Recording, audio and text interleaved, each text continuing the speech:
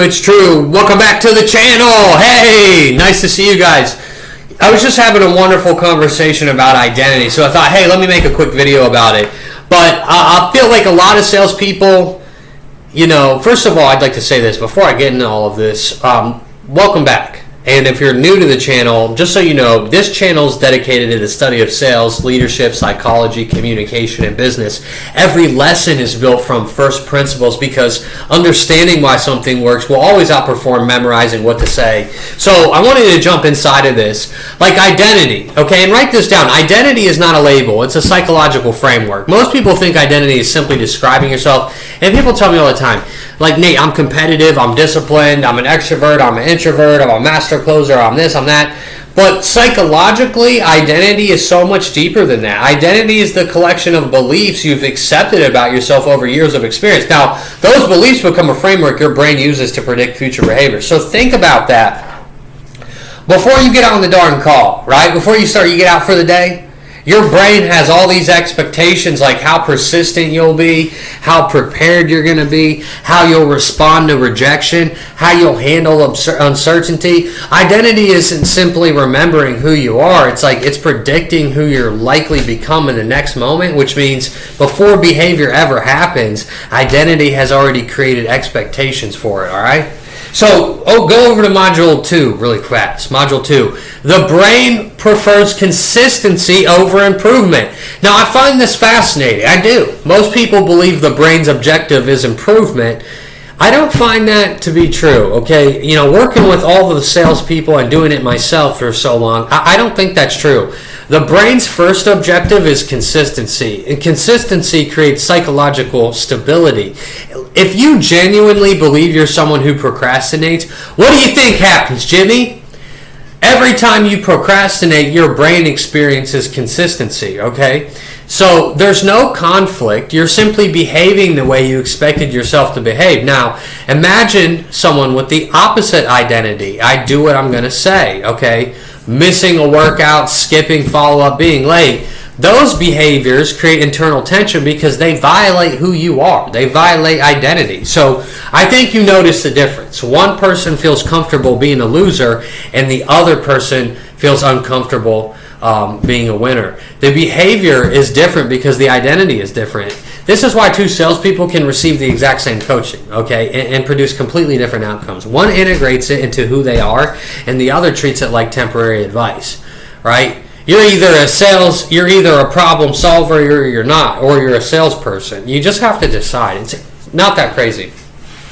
A winner or a loser, that's identity framing. I'm either someone who wins or I'm someone who loses. Well, I should behave like a winner, right?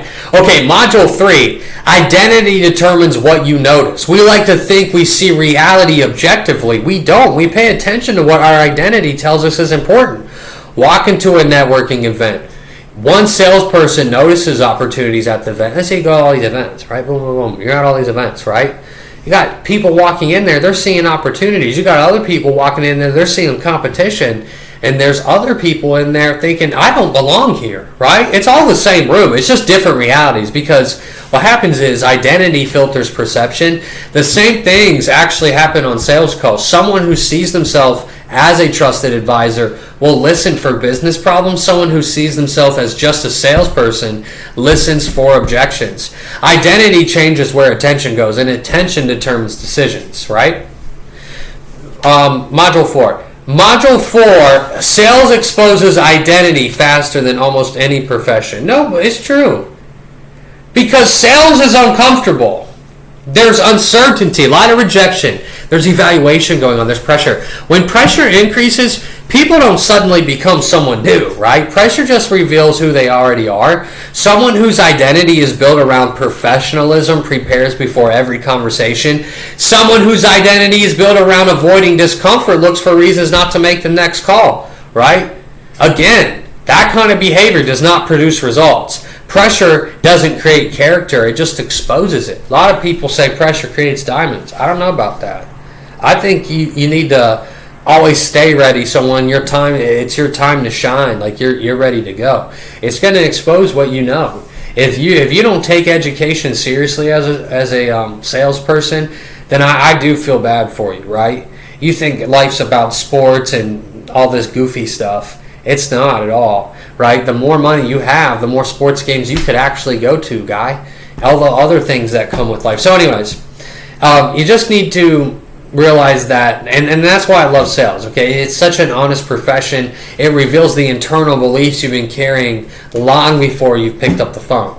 All right, let's go over to Module 5. Every action reinforces identity. Every action reinforces identity. And this is amazing.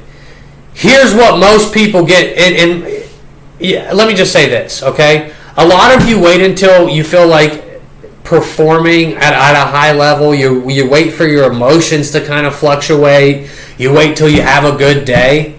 I think you just need to do the opposite, okay? And psychologists would agree with me, okay? There's many studies and many things I've read that you just need to get it. You just need to get rolling. You just need to get moving. Look at it like this. Behavior provides evidence. Evidence reshapes identity. Identity influences future behavior. It's just a continuous feedback loop. Every difficult decision and every difficult conversation that you choose to have, every commitment you keep, every promise you refuse to break, it all becomes this evidence stored in a little containment part in your brain, okay?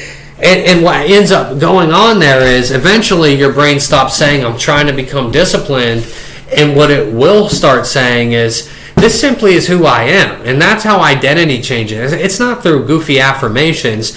It's just through accumulated evidence. So you might not know everything in the world about your product. You might be brand new, or you might be trying a new sales. It doesn't matter what it is in life, right? It always is uncomfortable and weird at first.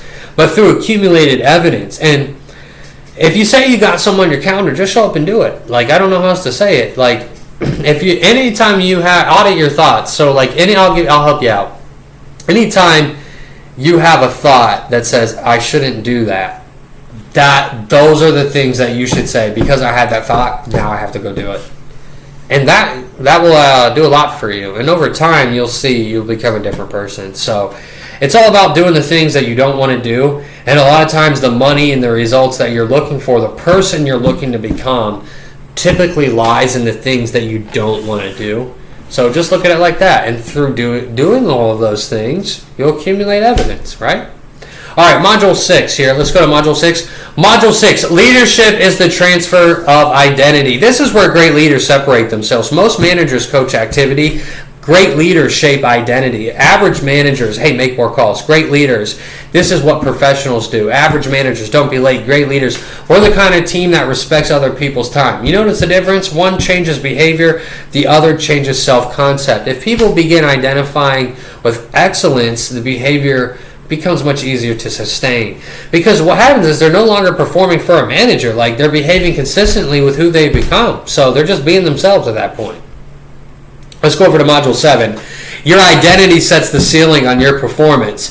This is the conclusion, okay? If you believe you're average, average behavior feels normal. If you believe you're inconsistent, inconsistency doesn't surprise you. If you believe you're a professional, professional standards become your baseline. Identity determines what feels natural, right? And most people always return to what feels natural, right? If your back's against the wall, what are you going to do? Fall to your lowest level of skill. You're going to do it every time, right? And that's why short bursts of motivation rarely last. Motivation can temporarily elevate behavior. Identity determines where behavior eventually settles.